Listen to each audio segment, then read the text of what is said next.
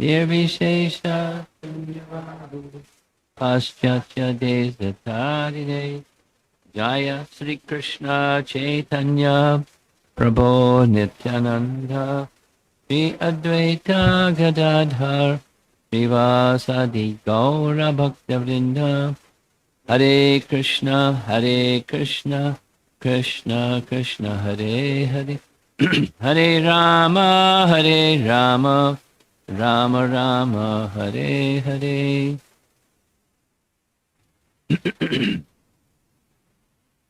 One of the characteristics of the compiler of Srimad Bhagavatam, Srila Vyasadeva, is that he had the capacity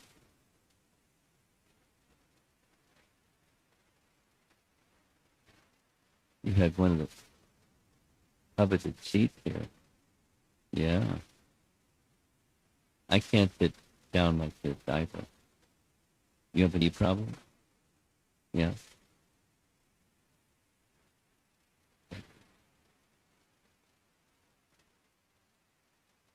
Vyasadeva had the capacity to see past, present, future. So how did he know, one might ask oneself, how did he know what Prahlada spoke to his classmates so long ago? It's because he had a recording device. And he had a playback mode, and he was able to hear over time and space. So we may have some mechanical arrangement like that, and he had a spiritual arrangement where he could hear and record and understand and recite as he heard it. So that's a special gift gifted to him by the personality of Godhead. And we're in part 5, so we've covered a fair amount of it. You sit right there. It's going to be a little difficult for you to get in. So you got to come forward a little bit. Actually, you can sit cross-legged, but some people here can't do that.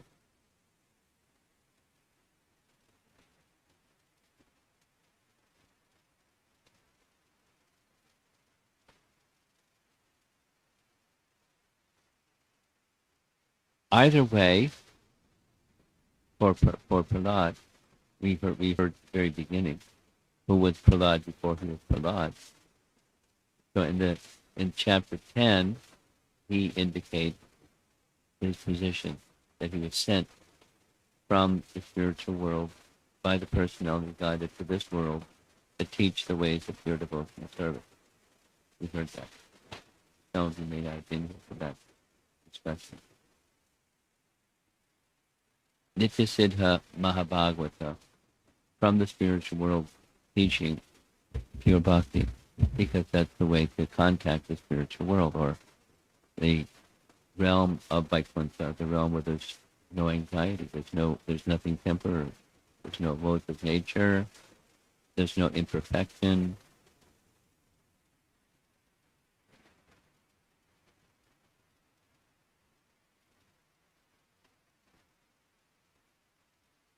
What do they do there? They do what we are supposed to. We're supposed to do. We serve the personality of Godhead in loving devotion, in varieties of ways, according to the circumstance and according to one's heart, according to disposition.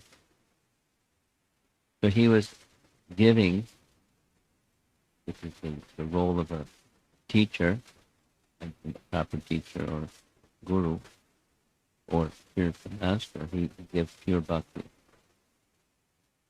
course, he's setting the example himself.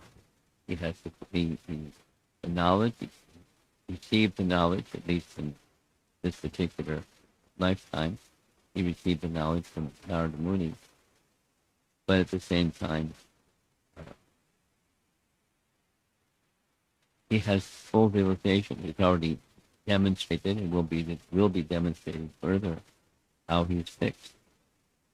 There's 9 processes of bhakti by which one can achieve spiritual perfection, starting with Shabda, Kirtanam, Vishnu Smaranam, Padasevana, etc. Which of those 9 is Prahlada Maharaj indicative of, or the exhibitor of? Smarana. Smarana. Even in the most dire of circumstances, his mind didn't become fearful.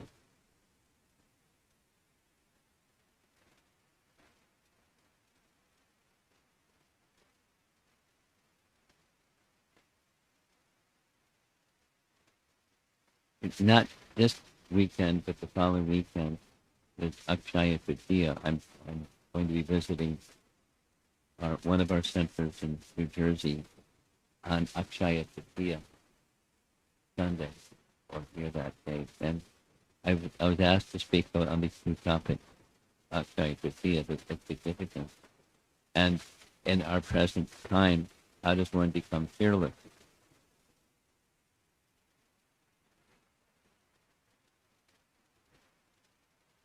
Well, Prahlad was fearless.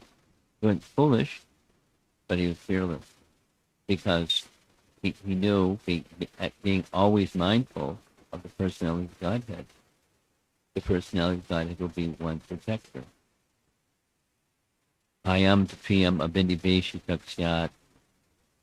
A nice verse in the Bhagavatam that ayam dvitiyam, duality, dvitiyam abhindiveshi taksyat. When one is in this material, in bodily conception of life, then from that bodily conception arises fear. It's part of the protectionism. Since I don't have a Lord and Master who will protect, then I have to protect. And so, whether it's a human or an animal or a demigod, they're not free from fear.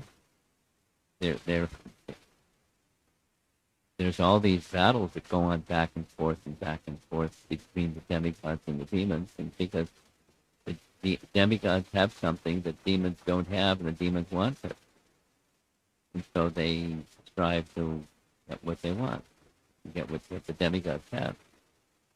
In short, loss of the body, fear of loss of the body, or fear of loss of my possessions, I and mine. And so fear is accompanied. Just this morning, we had a nice discussion on teachings of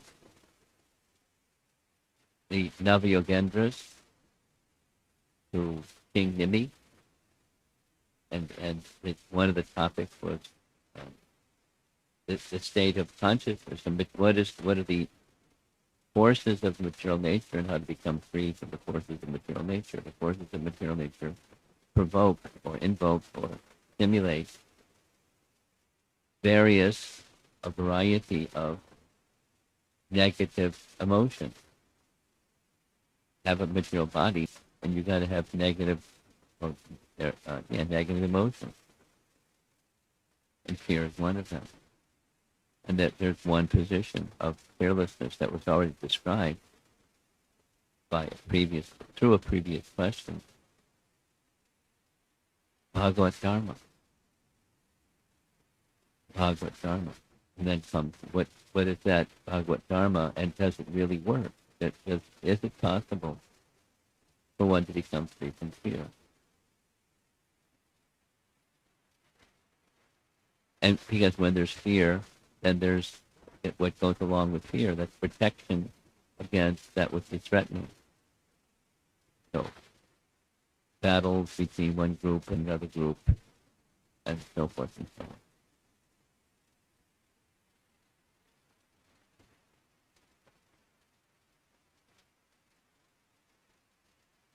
So fearlessness is beyond the bodily conception, and there's beyond bodily conception, then what's the place of shelter?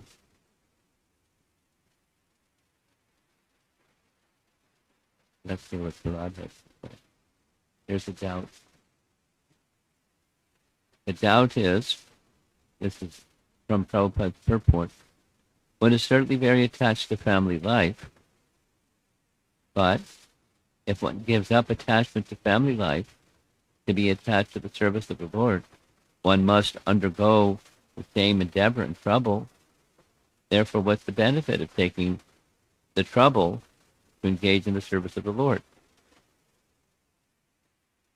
Prabhupada was a good logician, so he was good at raising questions and responding to questions.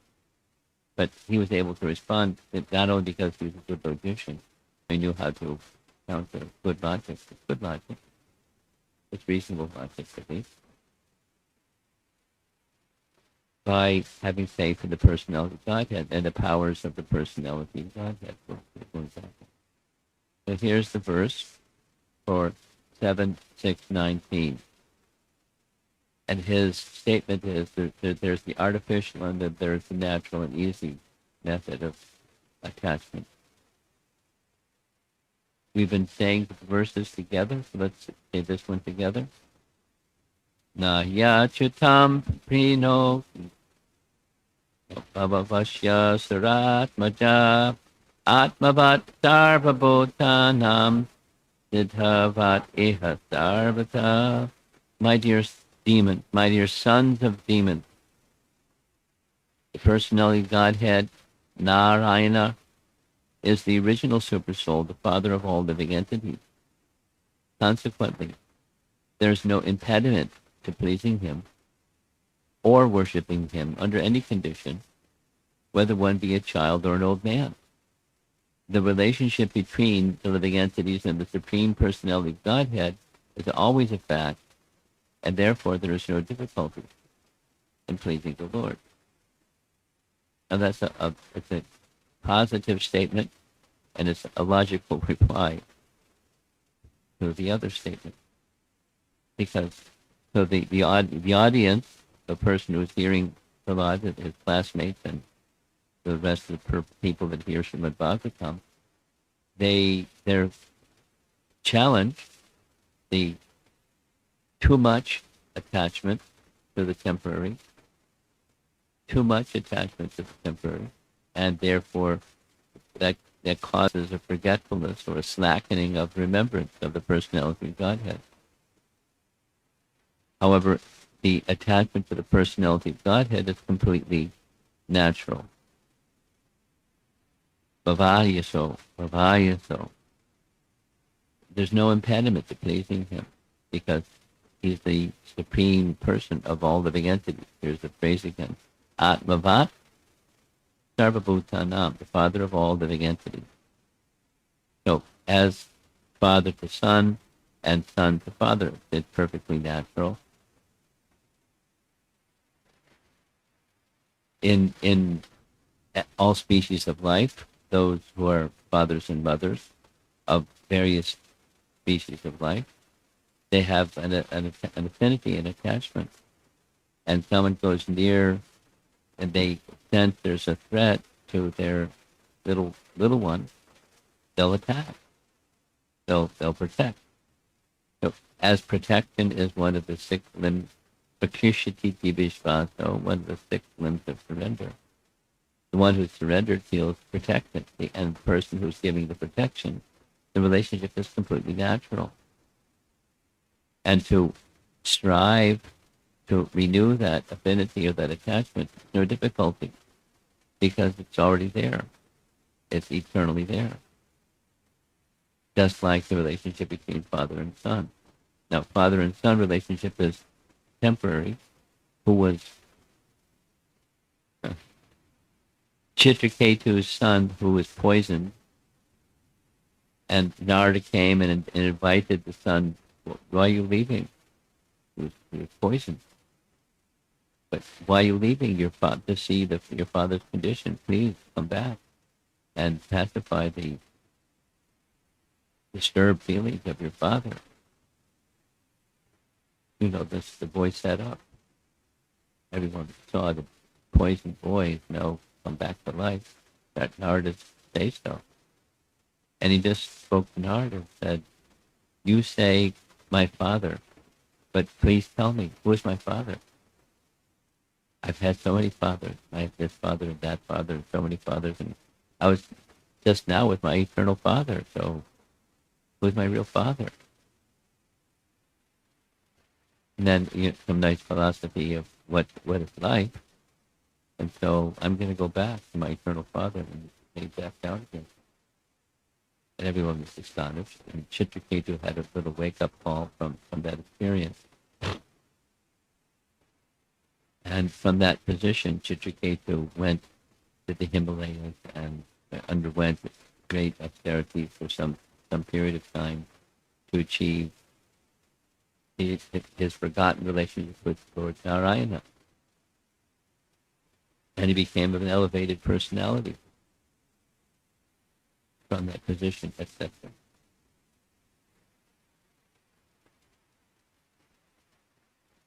In Bhagavad Gita, Mame Vamsa Jiva Loke Jiva Bhuta Sanatana.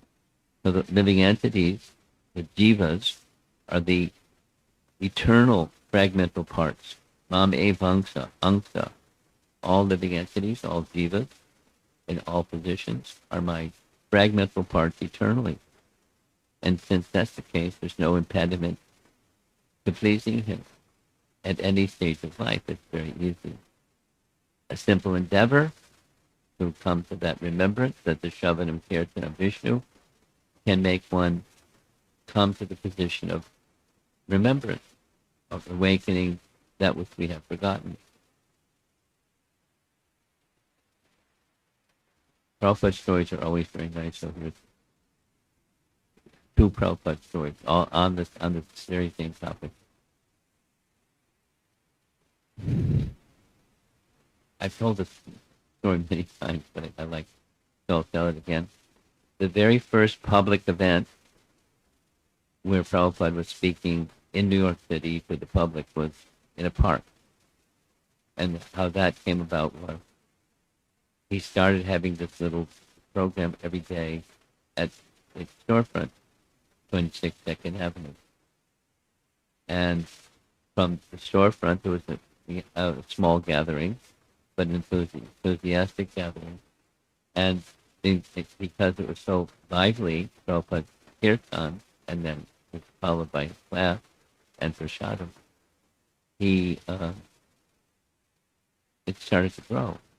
And it grew and grew, and after some time, it wasn't just chanting, it was chanting and dancing. People felt ecstasy, and they started dancing. And once the dancing started, it became standard. Shortly after the kirtan begins, many of the younger persons who were participating started dancing. And it grew in popularity, till the point where the 26 Second Avenue was full house. And it's not big space, but full house. And then, as the story goes, I wasn't there. Brahmananda asked Prabhupada, this is so nice. Can we do this publicly? Can we take this out into the public and have them engage with us? And Prabhupada confirmed, yes, we can do that. I was just waiting for you to ask. But we did have a permit because we don't want to have a problem with the police. So we got a permit for a park, and we went to the park. The eastern side of the city, and Tompkins Square Park, and they sat under a tree, and for Prabhupada don't for 3 hours. That's a long kirtan, for new people, but they were dancing and dancing. With a crowd of people. That particular park is a crowded place, but he attracted a crowd. People came and they were mesmerized. And after 3 hours, he stood, as he would do in the temple or in the 26 Second Avenue. He stood, and a photograph was taken. It was published in a local newspaper, East Village Other. And Prabhupada, looking around the crowd, spoke strongly and clearly. "I've not come to teach something new. I've simply come to remind you of that which you have forgotten. That which we have forgotten can be remembered or reawakened by Shravanam Kirtanam." And then he would, what's that saying that we have forgotten? We've forgotten who is Krishna and our relationship with him and the importance of that relationship. So that's when we're engaged in kirtan, that's something to bear in mind when engaged in japa or engaged in kirtan. It's when we're calling Krishna's name, he hears the calling. He is that sound vibration, and he's present. And when we're engaged in that way in calling him, and he's present, we should be present with him. And one who is present with him, that's it. That's the purpose of the chanting. The fruit that comes from chanting properly, whether it's japa or kirtan or some other system engaged in sound vibration, Shravanam Kirtan, sound vibration. It's pleasing to the Lord and it's pleasing to one's heart. Anukulyena Krishna Shilanam Bhakti Uttama. So that's the forgotten relationship with Krishna. That's a function that comes from proper performance of bhakti, and it's the purpose and it's the goal. And it's very easy that the teaching of Prahlada is speaking in that direction. Is it possible for me to be pleasing to the Lord? Yes. I'm not qualified. I'm disqualified and have so many defects and so many this and that. Simply by understanding these three facts, Okaram Devakapasam. The Lord Vishnu is the proprietor of the entire creation. Moksa. He's the proprietor and the enjoyer. Sarvaloka Maheshwaram. He is the well-wishing friend of all living entities. And that he's the supreme enjoyer. Suhradam Sarvabhutanam. Yatamam Shantim Richati. One becomes peaceful and happy. Phrases that Prabhupada would use: peaceful and prosperous. In describing ways of material life will not make one peaceful, and it will not make one prosperous. The idea of dharma making oneself prosperous is a temporary and now you see it, now you don't illusion. The prosperity of the temporary prosperity is not what real prosperity is. Real prosperity isn't now you see it, now you don't. Isn't ephemeral. Isn't transitory. Asat. It's not what real happiness and real prosperity is. Even a little endeavor can give complete satisfaction and protection. This is the Ajamila story.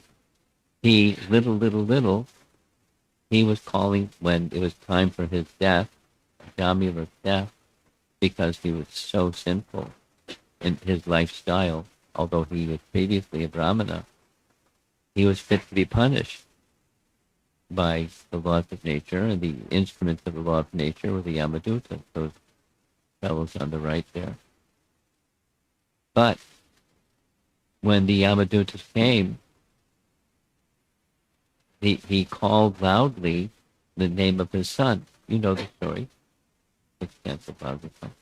But by calling the name of his son, because of his previous life as a Brahmana, he named his youngest son with the prostitute Narayana. And the father, having a natural affection for his son, he called his son as if his son was going to protect him from the Yamadutas. And by calling the name of his son sincerely and loudly, the agents of Lord Vishnu came, and they stopped his death. So back to the first verse, even a slight amount of sincere devotional service can give one complete perfection. So it's not like so just do a sincere amount of devotional service and then carry on doing the other types of things that you were doing before the sincere devotional service. But the idea is, because it's so powerful, protection can be there, perfection can be there. One can give one complete perfection. If one performs even very light devotional service, Narayana is always ready to save one from the greatest danger. Someone just sent me a text today that included this nice description of Prabhupada saying the same thing. Krishna is ready to protect everyone. And especially, he'll give protection to his devotee, because the devotee means, pure devotion means, because that's the gift of Prahlada, the gift of pure devotion, that was open his life. He's ready to give that. And he does so as an agent of the personality of Godhead. So, he's always ready to save one from the greatest danger. So as he's ready, the Lord will a father will protect the son or dependents, daughters too, but especially those who are very dependent. And it's quite natural.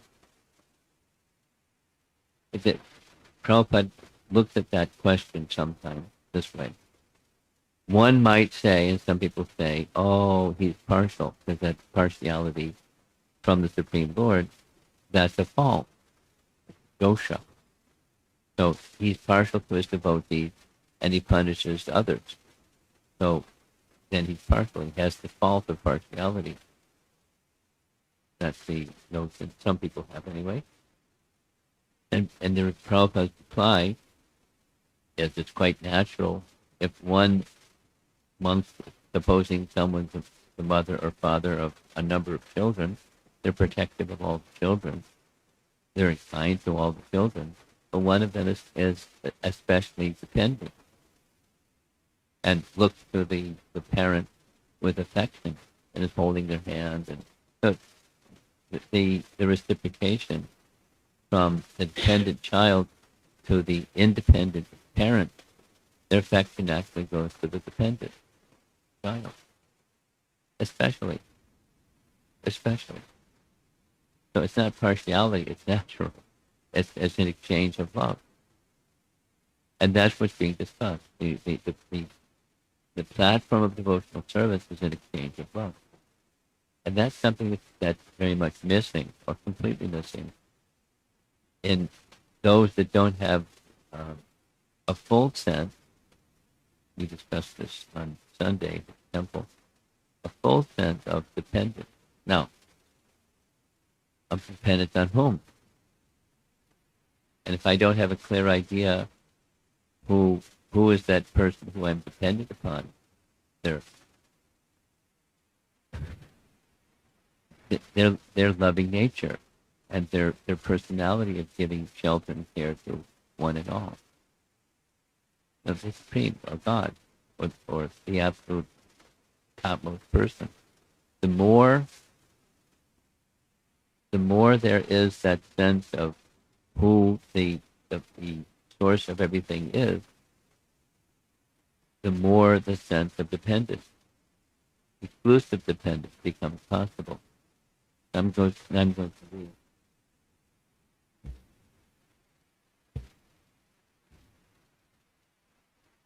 read 4 verses from Srimad Bhagavatam, Canto 7.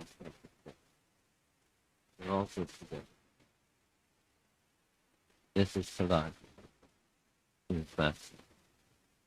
The Supreme Personality of Godhead, the Supreme Controller, who is infallible and indefatigable, is present in different forms of life, from the inert living being, atarvaha, atavara, such as plants, non-moving, to Brahma, the foremost created living being. He is also present in the varieties of material creations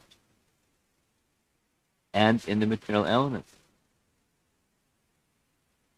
the total material energy, and the modes of material nature, sattva, raja, and tama, as well as the unmanifested material nature and the false ego. Although he is one, he is present everywhere. And he is also the transcendental supersoul, the cause of all causes, who is present as the observer in the cores of the hearts of all living entities. He is indicated as that which is pervaded and is the all-pervading supreme supersoul. But actually, he cannot be indicated. He is changeless and undivided. He is simply perceived as the supreme Satchitananda, eternality, knowledge, and bliss, being covered by the curtain of the external energy. The atheist, to the atheist, he appears non-existent.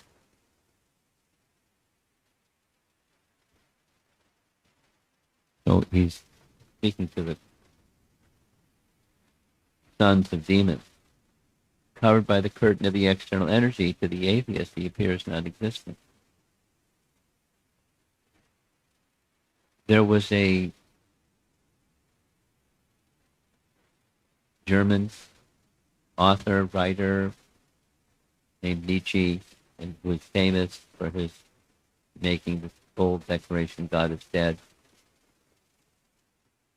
And then the devotees came along and said, Nietzsche is dead. Because he can make claims, those who are in this category of the atheist, they can make claims, but they're also subject to getting old, getting disease, and dying. And then again, where's Nietzsche after that life? Who can say? So, but he's saying what he can see. What he can see is I can't see. So he doesn't exist. He doesn't accept scripture, doesn't accept his sense perception is it. And there's a nice verse that's referred to in the purport of Maya Janavanika. This is a phrase from Queen Kunti's prayers, and I hope this is going to work. Good work. This is nice devotee singing these verses, and you can hear it. She'll sing it twice, but you listen to it first, and then you can sing along.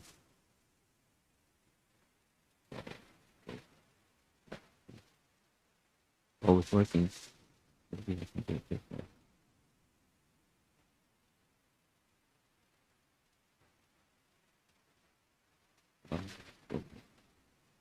Well, she has a nice voice. Maybe somebody here, maybe we can all say it. Maya Jalvanika Janam Akyano Avyayam Lalakshase Mudha Drisha Nato Nadyadaro Yata. And if I unplug it so you can hear her singing, because it will probably work without. There must be some little button something so it plays properly. Does anybody here know how to make the settings so that I can hear it?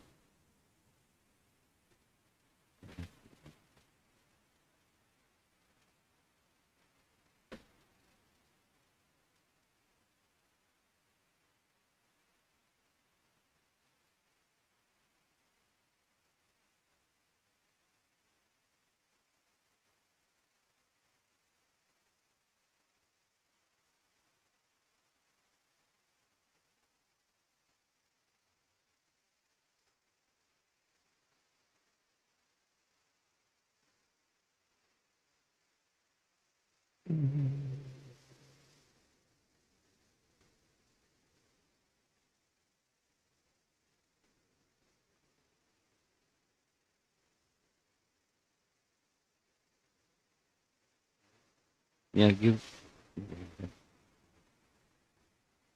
praying.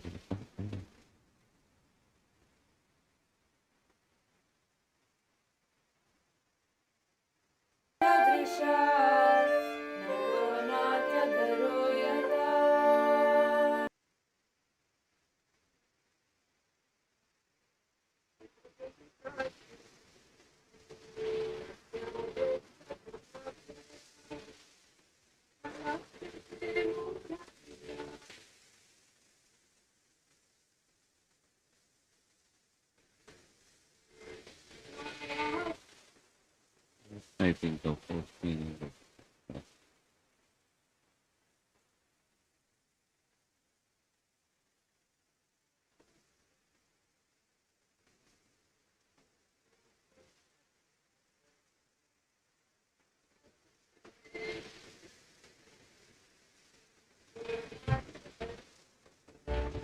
Now you say,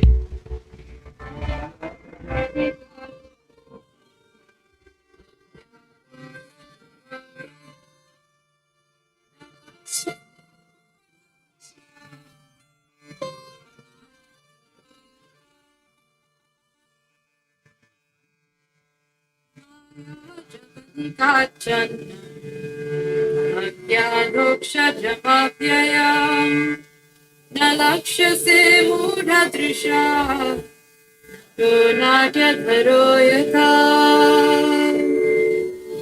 माया जगनिकाचन ज्ञानोक्षरमव्यया न लक्ष्यसे मूढदृशा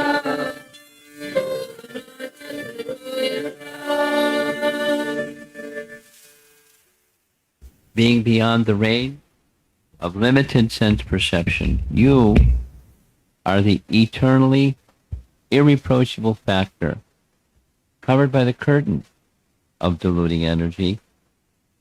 You are invisible to the foolish observer, exactly as an actor dressed as a player is not recognized.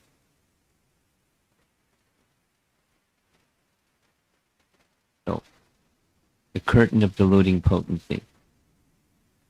Avyayam. Irreproachable means not to be criticized. Reproach is to chastise or criticize or speak against. And avyayam is irreproachable. Vyam and avyayam. Not to be criticized by anyone. The word avyaya, avyayam, appears in 6:7:6:21, indicating the Lord is avyayam, without deteriorating. So here's two actors. Now you can see behind the mask who they are, but the one. This is the Lion King, the drama, the theatrical performance, and they're singing and this and that.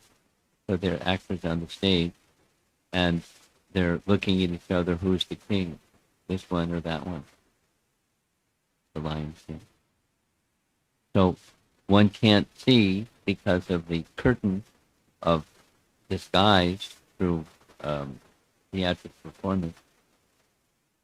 And the Maya Shakti, or the Lord's power of illusion, is extremely powerful. So powerful that, without exception, living entities in the material world are covered by that polluting force. And she has a strong hold. She knows, because she's an instrument of the personality of Godhead, she knows what our weaknesses are, what our affinities are, the temporary affinities are, and she keeps us from seeing what's behind the curtain, what's behind the illusory potency. Now, what to do? Because she's very powerful, and as an agent of the personality of God, or a Shakti of the personality of Godhead, she's controlling living entities. like completely, according to the three modes of nature as indicated in the painting here. So she is a Shakti of the Lord. She acts through the agencies of the representatives of the Lord, and they're overseeing the three modes of material nature. So there's the little graphic. There's the light of the sun, but we can't see the light of the sun if there's clouds in the way, what they speak of an eclipse. So there's something there. We can see that there's something there. But what is that something? We don't know, because of the clouds of the daytime or the nighttime. Here's Vishwanath Chakravarti Thakur's comment on this verse. I do not know you covered by a screen of Maya beyond the knowledge of the material senses. And on the fact that just as a puppeteer behind the screen moves the puppets is not understood by the eyes of the ignorant. So there's a man playing a violin. And of course the violin probably isn't making the sound that a violin normally makes, but the movements can be made such that it looks like someone's playing the violin off stage or wherever they're playing the violin. There's a sheet of music, and his arm is moving like he's playing the violin.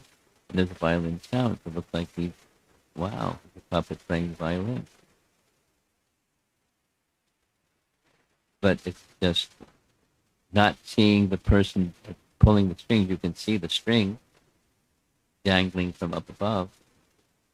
And as the string moves this way, some expert puppeteers can make things look like the puppet is doing it.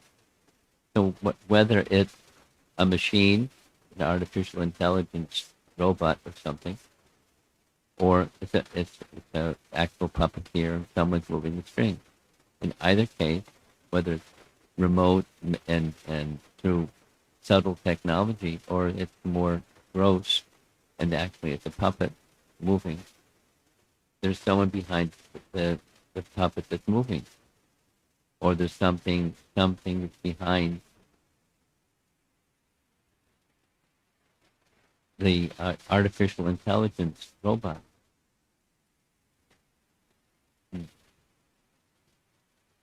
Before coming here to this area, to the Virginia area, I was in Austin. I was in Texas for almost a month, and one of the places I was in Austin was one of the places in Texas was Austin, and Austin is a place where there's high tech at the university, and then connected with the university. So I saw it again. I saw it before, but to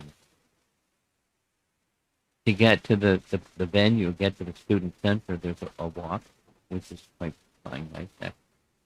It's very warm in Texas.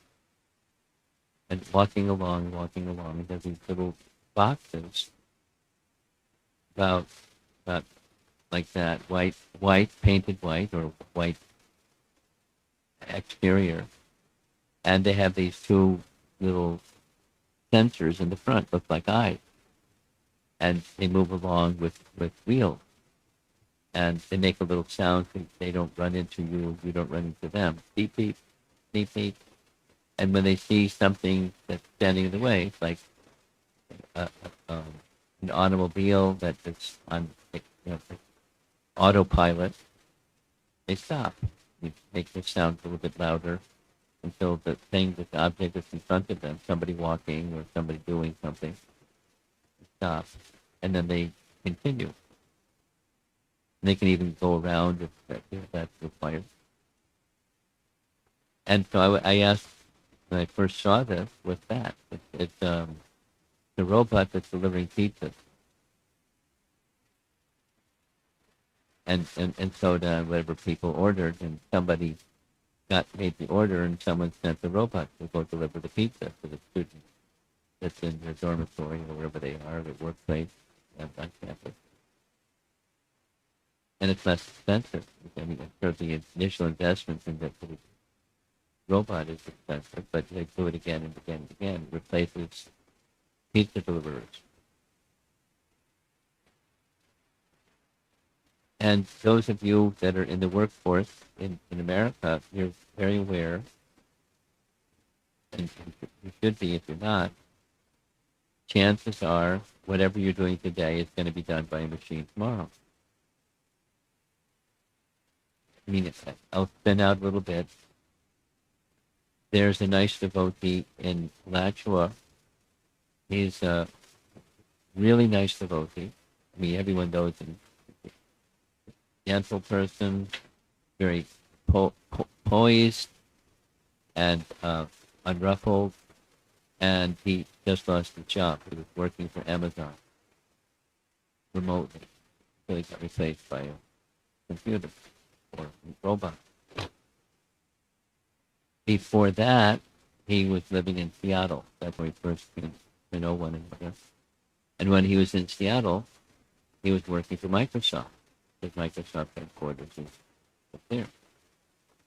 So he got booted by a computer or by a machine in Microsoft, so he was without a job. Then he didn't whine and complain. He just found another job, and he found a job with another company, Amazon. So he was just sharing this with me because what are you going to do? He has a young son, and he has a daughter in college, and no job. Yeah, because it's profitable for the company to have a robot replace him. So if he got replaced, he still doesn't have a job. He has dependents. So what's it? He wasn't whining and complaining, but he said nothing until I asked him. I heard you lost your job, and he described, yeah. And then he went on to describe in Austin, where his base of operations is Austin. The Tesla has automatic driven cars, and it's a whatever you call it. It's a law for taxi drivers and Uber drivers in the city of Austin that they've lost their job. Instead, Uber, you call Uber and you're going to get one of these cars that drives itself. You just program, they send, go to where you are. They program it to go to where you want to go. And it's an experiment, he was sharing, and it's an experiment done by the city of Austin. And if it works, it's going to replace all Uber drivers and taxi drivers in the country. Of course, make sure all the bugs get out. So people are going to lose that profession. And then the pizza deliverers that they've already lost their profession based in Austin. And then, look left and look right and look left. And ask some of the people that are in that position of being in charge, not naming names, but we know names. There's going to be a few jobs that aren't going to replace, even medical practitioners. How do you have a robot perform surgery? And maybe they can do it better than the surgeon. And then engineers and lawyers and doctors. It's kind of scary. What's it going to be like in X number of years?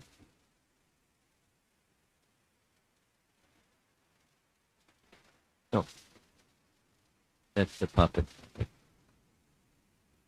The behind is someone pulling the string. And those that are, according to Vishnu, sacrifice for. He, the personality of Godhead, is the controller of Maya, and Maya is the agent or the instrument for all of this. And it's not that he wants people to be without jobs or without protection of their families or without. But there's something behind it. So there's some people that are pulling the string. There's some people pulling their string. And not seeing the people pulling their string. That's mitzvah nature. So this is a rope that looks like a snake, and the person may become afraid seeing the rope that looks like a snake, but it's not a snake, it's a rope. So fear, this is on this topic of fear again, how to become free from fear, be able to know what's what. We have to be able to see the distinction between matter and spirit and the control of both. And without it, there's fear. And how do you get there? Be able to see the distinction between what is and what isn't, what's reality and what's illusion. It's acting for the Lord's satisfaction. And it's very simple. This is a photograph of Srila Prabhupada sitting on the Vyasa. There's his 3 volumes of Canto 1 Srimad Bhagavatam. And there's Mother Jamuna, a younger version. And, doing what she was able to do very nicely, sing for Krishna. Many other things were also able to do for Krishna. So here's the teaching. My dear friend, born of demons, please act in such a way that the Supreme Lord, who is beyond the conception of material knowledge, will be satisfied. Give up your demoniac nature and act without enmity or duality. Show mercy to all living entities by enlightening them in devotional service, thus becoming their well-wisher. Now, the rapid rate at which atheism is marching on is a Kali Yuga force. And what are we little people going to do about the force of Kali Yuga? We have a part to play in reminding people of what they have forgotten. In the mood and the mission of our founder Acharya, remind people of what they have forgotten. And the explanation of why. It's just something on the personal side.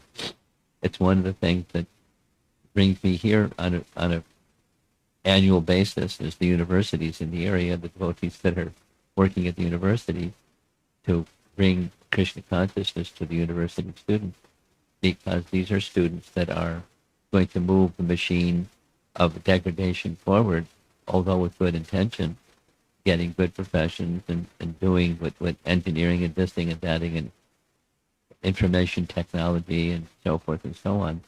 And it's just a step in the direction of unintentional. It's not their intention, but it's part of the machine. It's part of the progress. And remind them of what they're forgetting. And so if they proceed, as they proceed with their profession and cultivation of the subtle education principles involved in that education, how to not forget Krishna and not engage in insisting other people in forgetting Krishna. And yesterday we saw this nice statement made by a nice student in the west coast of the USA, in the state of Washington, indicating how important it is. And so to use this valuable human form of life, it was exactly his words, to awaken our own dormant Krishna consciousness and then to assist others. And eagerly accepting that he was carrying a set of Srimad Bhagavatams in his arm, so that his awakening of his dormant Krishna consciousness could be facilitated. And then, in turn, engage his intelligence in reminding others of what they have forgotten. And what's needed is more such persons, intelligent young men, intelligent young ladies, and not so young, to engage in that activity. And that's the way, that's our disciplic succession way of restoring Krishna consciousness, or the Satya Yuga, in the midst of Kali Yuga. The chanting of the holy name and this message of Srimad Bhagavatam in its full, clear, cogent presentation. beyond the limits of material knowledge. And by giving this to others, we become the well-wishers of others. Here's this Sankirtan. Here's a phrase drawn from 7.6.24.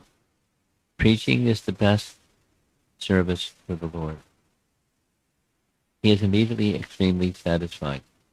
There's no servant in this world more dear to me than he, nor will there ever be one more dear. Prabhupada is referring to this in the purport. And this is the way of our Sankirtan movement in this age of Kali. To loudly, sometimes not too loudly, be respectful of sensibilities, but at the same time, public presentation.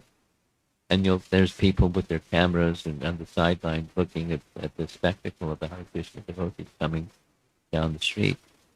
But whether it's not just they're taking a photograph, it's the hearing of the sound.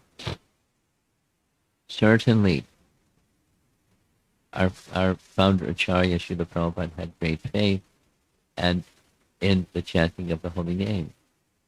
And by that faith that he had in the chanting of the holy name, changing the heart. And so his appeal was, there's no cost, it's effective. So why not try it? What is there to lose? There's Sridhar Swami, one of our this Prabhupada disciple. He lived we were like across the hall from one another in one of our living situations in New York City. But his main base was in Bombay. And here he is giving books as the best friend of all living entities. Friendliness, as one performs his service for humanity without discrimination between friends and enemies, the Lord becomes satisfied and the mission of one's life is fulfilled. So one's life can become perfect and in the same way help people. Look how enthusiastic they are to receive gift copies of Srila Prabhupada's writings. Now, probably somebody has sponsored those books, but that's okay. Here's somebody, an audience that's very enthusiastic with those little caps on, looks like they're from some other religion, but they don't mind. They want to read Prabhupada's book. And we're also very happy to have them read Prabhupada's book, regardless of their background, their birth, or their nature, or their conditioning. So that's the end for this evening's presentation. We didn't cover too much ground, but partly deliberately, these classes are a little bit shorter because the discussion has been pretty lively. So let's see if there's some discussion. Comments or questions? Ideally on this topic. Yeah? Sure. Hare Krishna. I wanted to just explore a little bit what this protection really means and refers to, because I don't think it's just protecting the physical body. Yeah. Although that's what we tend to, when we hear protection, I think more often than not, we think about protecting my life, protecting from calamities. We take shelter of Nrsingadev for protection. But that's not really what Krishna's protecting. I mean, he can protect that also. He does. But we also have, some Devotees having difficulties. Yes. Apparently they're not being protected, so they're on the outside. So what is the protection mean? Next question.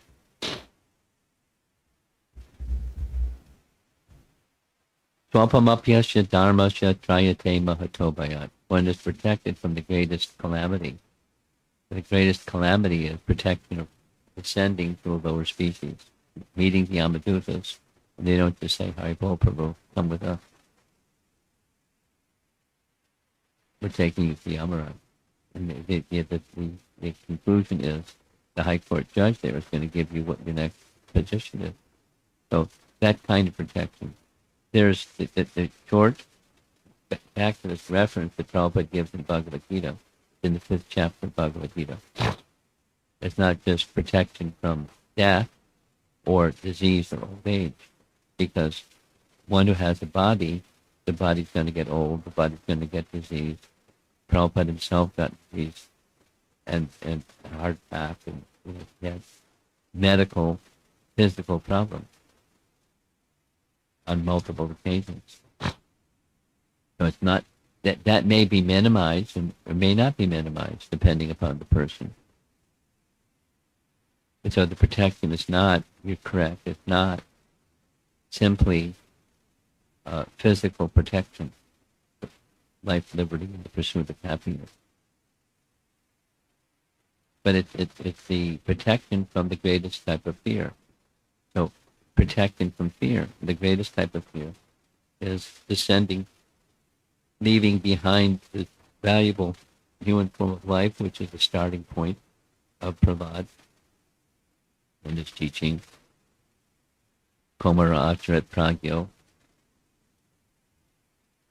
So from the tender age of childhood, one should practice. So it's taking that which is temporary, utilizing that which is temporary to take us beyond the temporary.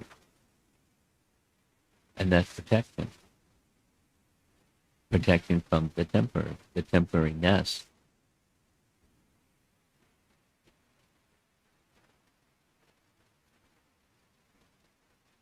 And into the realm of the eternal.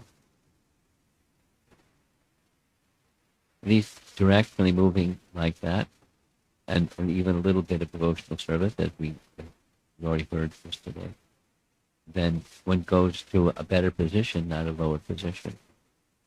And then the better position is insufficient also. The better position could be the facility for enjoying materially more, because now I have more facility. So protecting from that propensity. That's the protection. You want to add to this? Just sometimes when there's unfortunate events, I don't know if we say unfortunate, but when certain things happen to devotees, it can be, in some communities, a test of faith. In certain instances where a group of devotees leave their body due to a crash or some kind of apparent accident, then sometimes that tests the faith. Yeah. Yeah. How do you see those? How do I see those? Well, what you want to add?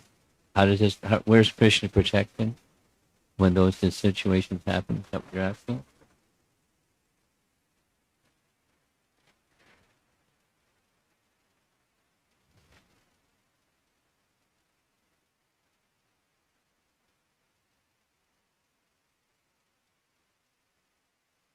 There's all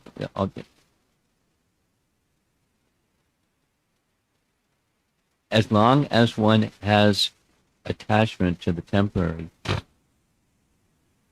devotee or non-devotee, then when the temporary is gone, then that's a crisis situation for that individual. So if it's not, here's a story I heard from Tamal Krishna. Prabhupada was riding, going from Mayapur to Calcutta. They're riding in a car, and they looked out the car, and they saw another car that had an accident. Apparently, the driver fell asleep or something, and the car was wrapped around a tree. And then there were bodies who were passengers in the car, strewn here and there, and the devotees were rubbernecking out the window looking. And they looked at Prabhupada, and he saw. And he was like, just continued chanting. No. He wasn't putting an act on for the devotees to say, be cold-hearted. But, different times there were different responses to different situations. By our founder Acharya, in this case, it was a particular response. he wanted the devotees to understand, and he was demonstrating by his example. There's calamity that comes in the material world. And now, how do you respond to the calamity? You can go, oh my God. And you can feel, negative emotions. Or you could be a transcendentalist and say whatever else you're going to say. It's certainly unfortunate. I probably get maybe 3 to 5 letters a day, person saying, my little child or my father or my aged relative, something, they're undergoing this great difficulty. Just one of those letters came today. My sister died. It's a nice devotee, their sister died. And they're going to India tomorrow, to be with the family. But, it was the decision before when they knew, anyway, without all the details. In this world, there's these problems that are there, birth, death, disease, and old age, and yes, it can be a test of faith when one or combination of those come up. But they're sure to come up. When they come up, how does one respond? It's the misfortune, and please offer your prayers because da. And certainly there's a response that would be cold-hearted to say, this face reality. We're all in Krishna's hands. And so the outcome of this surgery is going to be whatever it's going to be. But it's not, we as Vaishnavas, we can offer prayers to somebody that's going through or is about to enter into or has been on the other side of a calamity.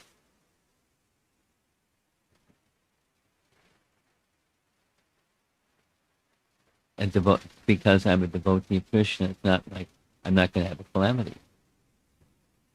I have a material body, so there's calamity, the nature of having a material body. So what am I going to do to help that person who's going through their calamity to endure better? So by becoming more Krishna, by this devotee whose sister was dwindling without all the details. There other family members who were recommending. You just came back from India, you had medical treatment, Ayurvedic treatment, and your sister is, it was the father was saying to the daughter, you don't need to come back. We're looking after her needs as one can look after her needs. So my advice to you is don't return now.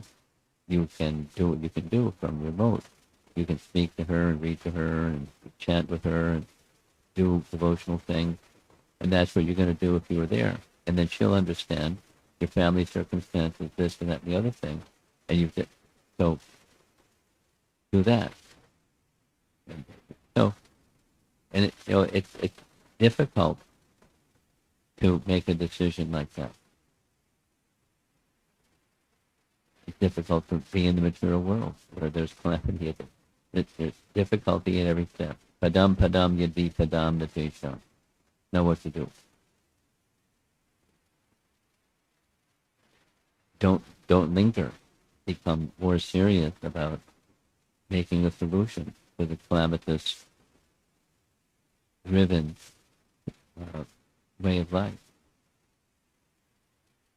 Go in the right direction and encourage others to go in the right direction. That's what a good way to deal with the situation of padam yadi padam natesha. Very dangerous. And if it's not one thing, it's another 10 things. Dangerous.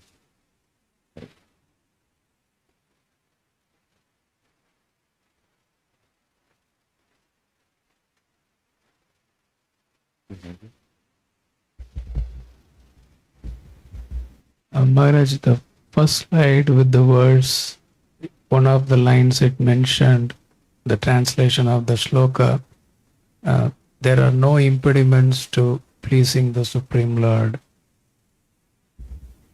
um, gives me an impression that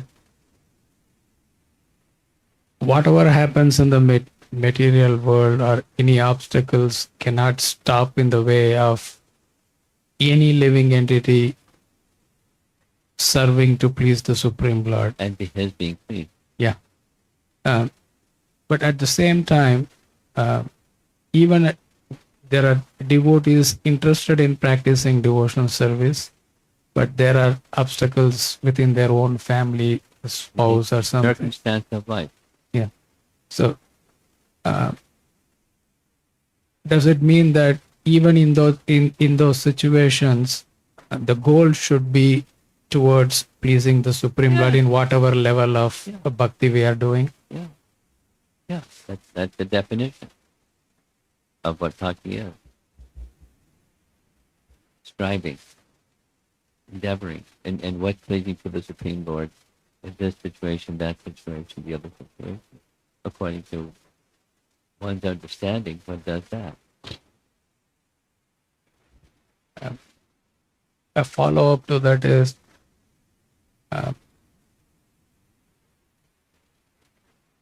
the tendency is there to do things mechanically, even when it comes to different activities of bhakti. Yeah. So what are the steps that one can take? This is the same question as yesterday.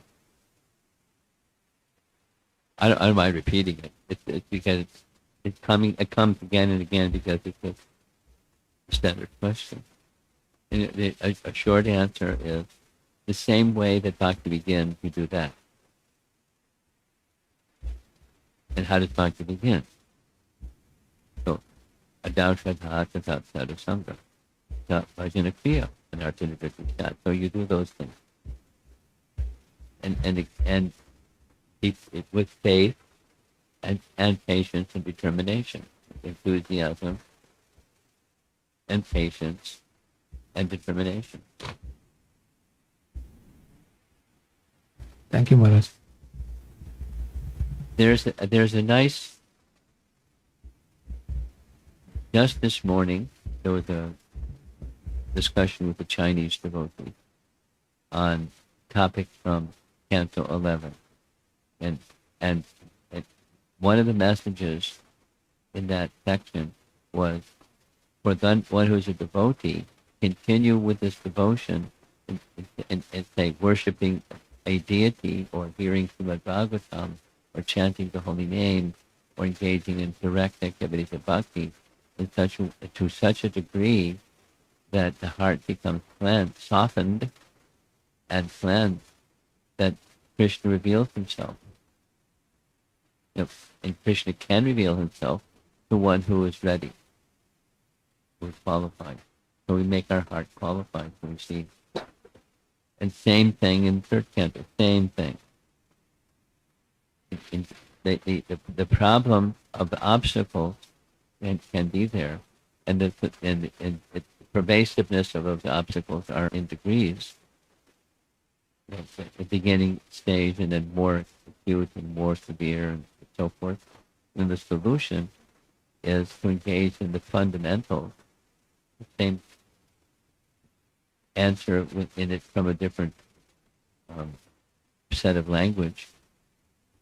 In such a way, we engage in worship the deity in such a way that you can see the personality of Godhead within your heart and within the hearts of others who are participating. And that seeing is not just a notional seeing.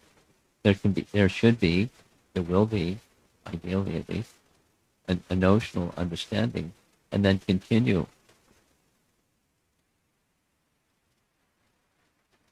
And that's the platform of self-realization. The Brahma Buddha stage. And then devotional service begins. So it's in Bhagavad Gita, it's in the Bhagavatam, it's in our teachings. So with faith, examine how am I applying the teaching properly? Have I understood them properly? Am I applying them properly? Am I engaging in these proper activities in a way that I'm trying to be of service to those from whom I've heard these nice teachings. You know, this, the teachers and the spiritual master and one's superiors. Am I striving in that direction? Because those that not striving in that direction is an obstacle. That's the mechanical. Doing mechanical.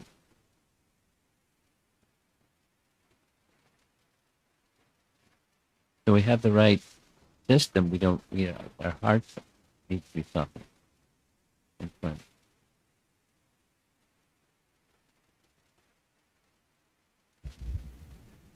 Yeah. Go ahead. Thank you, Guru Maharaj. Just appreciating this Prahlad Maharaj prayers that I haven't studied Bhagavatam wholly, but I've been hearing so many Queen Kunti prayers, Dhruva Maharaj prayers, and Prahlad Maharaj whole section.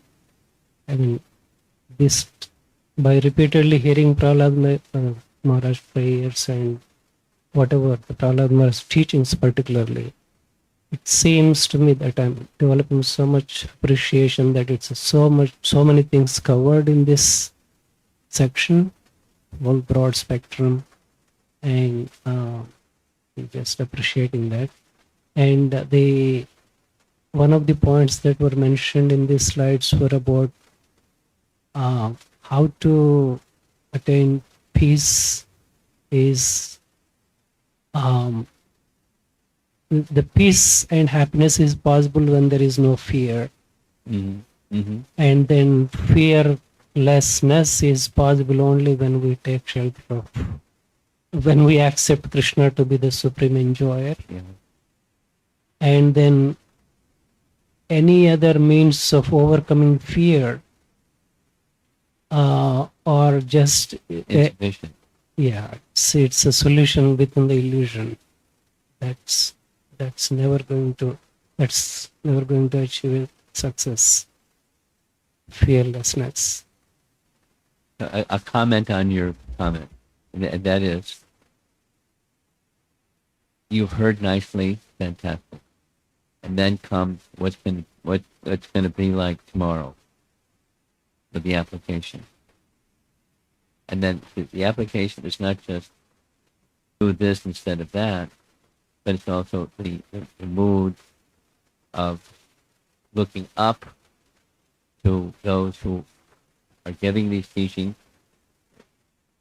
Prahlada Maharaj and our Prabhupada and our founder Acharya, the various Acharyas that make comments along the way.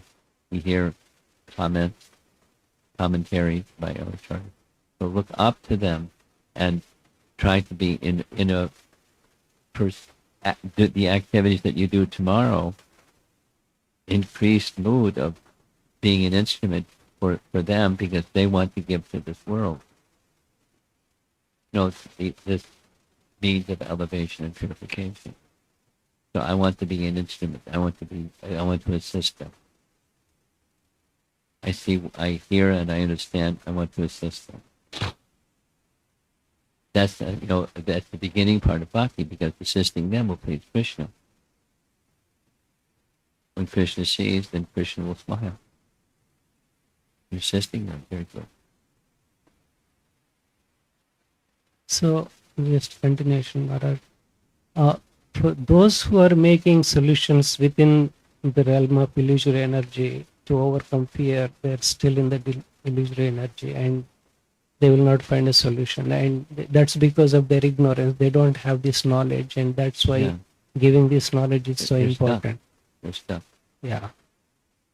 And so, in relation to that, I have one question. I think it's appropriate to ask. Yeah, go ahead. What Raghunandan Prabhu just mentioned about everyone can please Krishna in whatever little way they can by little effort.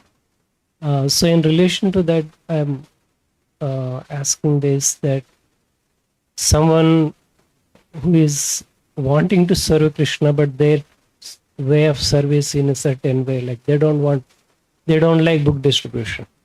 They don't like youth preaching, for example. But he is living in a temple and his temple authorities are asking him to book distribution and youth service and is very uncomfortable.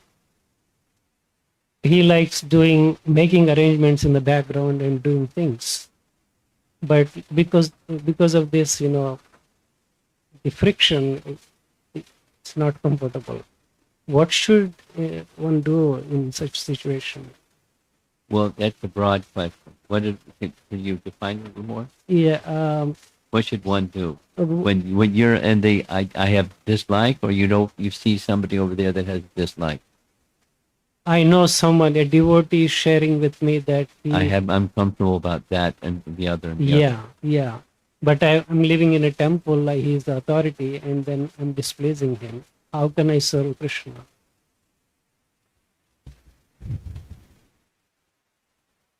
Depends on the person, but to help the person understand, you can explain the unlimitedness of Krishna and Krishna's being very kind to different categories of persons, and different categories of persons have some liking.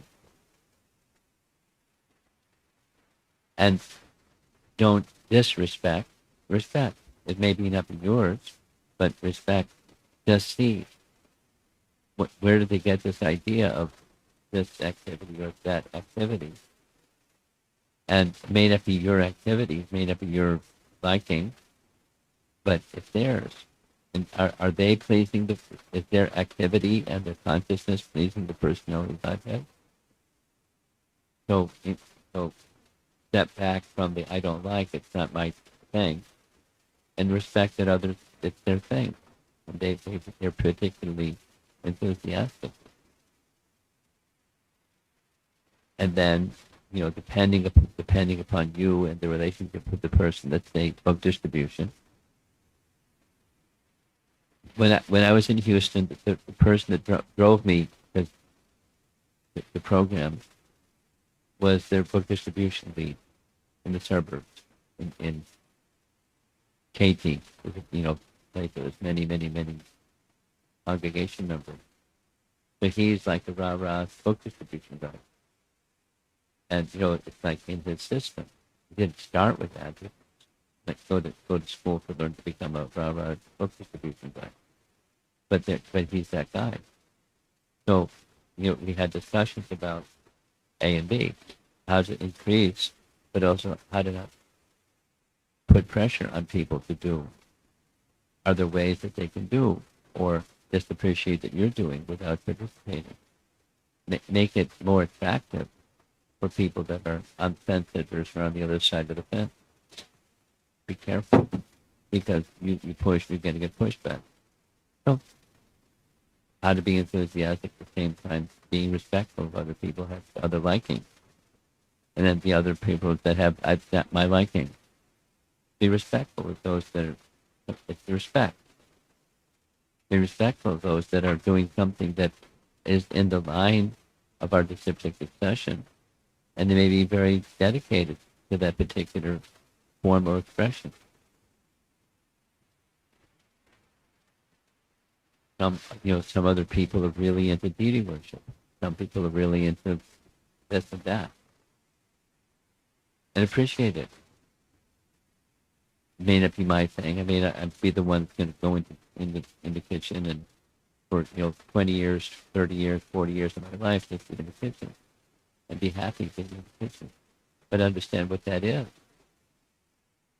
and how that's benefiting them and others, that dedication, the bhakti.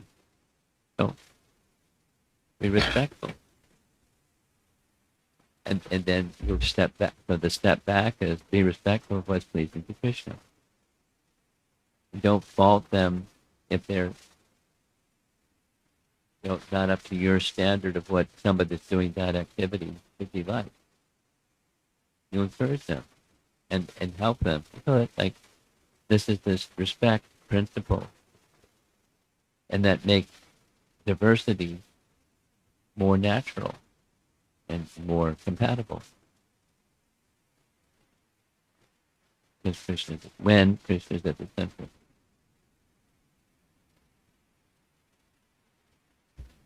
Thank you.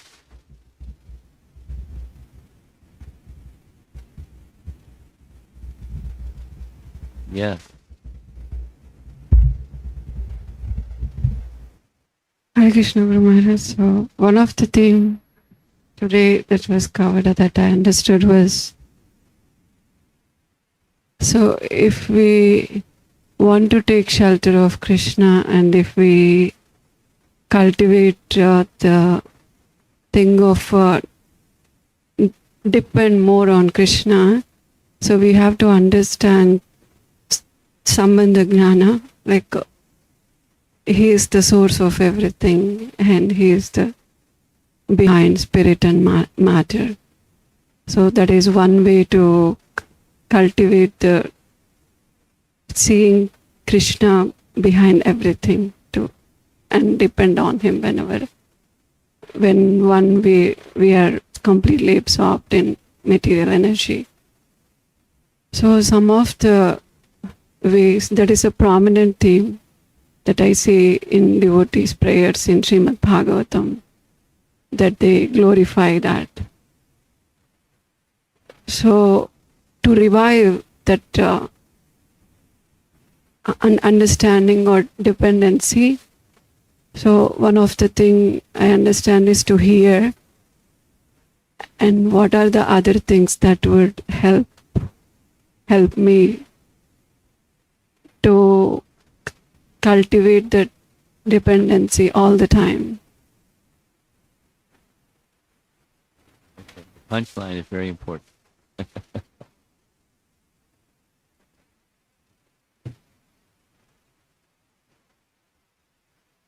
All the time, that's the key. It's a key phrase in your question. So you cultivate it step by step, that till you'll get to the all the time stage. Bhakti, cultivated in a consistent manner, makes it at all times. You practice at something. Thank you very much. You practice at something, and it becomes second nature. Prabhupada's words. You practice. It's something that you practice that becomes second nature. It can become mechanical. But you brush your teeth every day because it's oral hygiene. You brush your teeth every day. You have to think about it. You do it every day. You do it every day. So that which is practiced every day, in principle, it becomes second nature. That's how it becomes every day, or at all times. So back to the principle. How do you get there? So it's this is the how to, and you know my how to answer. But the how to, one principle covers all the principles. It's hearing again and hearing again and hearing again. But who are we hearing from? From whom are we hearing? And then making a connection between you and the one from whom you're hearing. And behind that person there's another, and behind that person there's another, etc.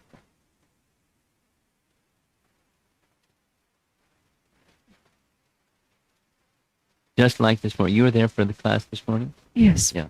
So in that discussion, maybe you noted, I was just reminding the audience, the Chinese devotee audience, this is Narada Muni speaking to Maharaj, to Maharaj, to Krishna's father, and it goes back to much earlier, and then there's this whole narration, and then there's another narration, and there's another narration, but it's a narration that's spoken by Narada Muni. Narada Muni is, a very important person in the Bhagavatam, and he has a really important role to play. So remember him, because he's the one who's speaking, and he's giving teaching. And what's the purpose behind his giving teaching? He's giving teachings to Vasudeva, who wants to hear about the ways of devotional service. So Narada, gives an answer in one verse, and then tells this whole long story that covers several chapters. For example, we can get lost in the for example, and that's okay, but take it back to, so the point I'm making here is, who are you hearing from? And ultimately, hearing from Krishna. or Narada speaking to Vyasadeva, you're feeling dissatisfied because you haven't sufficiently glorified the personality of Godhead.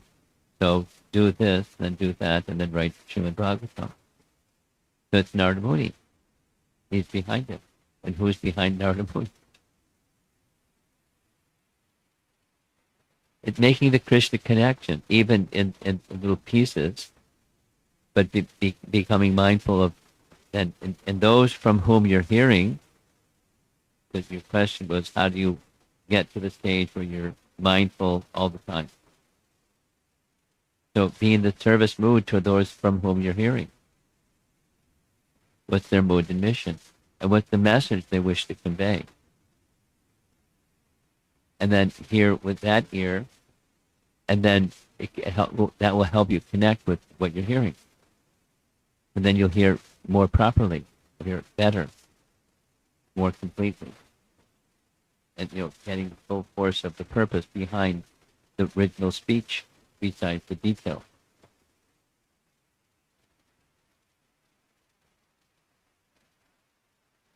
The service mood, because that's who we are. We're servants.